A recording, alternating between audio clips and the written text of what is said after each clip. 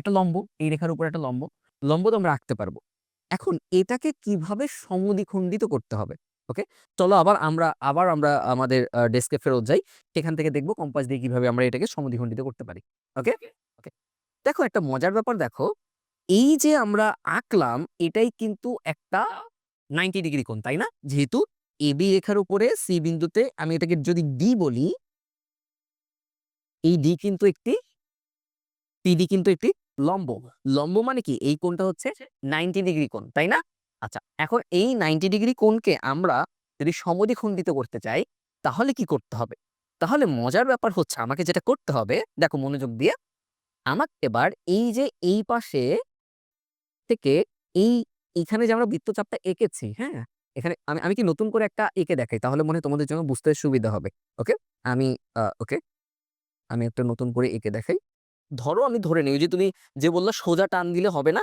আচ্ছা সোজা টান দিলে আমরা তো বুঝতে পারিনি যে এটা আসলেই সোজা হইছে কি হয় নাই। তোমার কাছে সোজা লাগতে পারে, বাট অনেকের কাছে সোজা নাও লাগবে। বাট মনে করি সোজা করে এরকম করে আঁকা আছে কোন জায়গায়। মনে করি এটা মাপ দিয়েই আঁকা আছে। এটা হচ্ছে 90 ডিগ্রি একটা লম্ব। ঠিক আছে? 90 ডিগ্রি কোণ আঁকা আছে। ওকে? অথবা আমরা চাঁদা দিয়েও কিন্তু আঁকতে পারতাম। দেখো চাঁদার ব্যবহার করে কিন্তু আমরা এই যে এখানে বিন্দু দিয়ে আমরা কিন্তু ধরে এখানে আঁকতে পারতাম। এই যে দেখো 90 ডিগ্রিটা হইছে আসলে। ঠিক আছে? এই যে এখানে একটা দাগ দিতে হয়, এই যে 90 এর উপরে একটা দাগ দিতে হয়। তারপরে দেখো 90 ডিগ্রি কিন্তু হইছে। তাই না? এই যে দেখো 90 লেখা আছে আর এপাশে 0। তার মানে 90 ডিগ্রি হয়ে গেছে। ওকে। তো এইটাকে আমরা কম্পাসের সাহায্যে কিভাবে সমদ্বিখণ্ডিত করব? খুবই সহজ ব্যাপার। ঠিক আগের মতোই এই কম্পাসটাকে আমি একটা মাপ সেট করে নিব। যেকোনো মাপ। তোমার এটার কোনো নির্দিষ্ট মাপ নাই। তোমার ইচ্ছা মতো তুমি একটা মাপ সেট করে নিতে পারো। কোনো সমস্যা নেই। ঠিক আছে? তো এবারে তুমি কি করবে? এই যে এই ছেদবিন্দুতে এই পয়েন্টারটা সেট করে কেন্দ্র করে তুমি একটা বৃত্তচাপ আঁকবে আগের মতোই। ঠিক আছে? এবার আমি এইখান থেকে এই পর্যন্ত একটা বৃত্তচাপ এঁকে নিলাম। ওকে? আঁকলাম? আচ্ছা।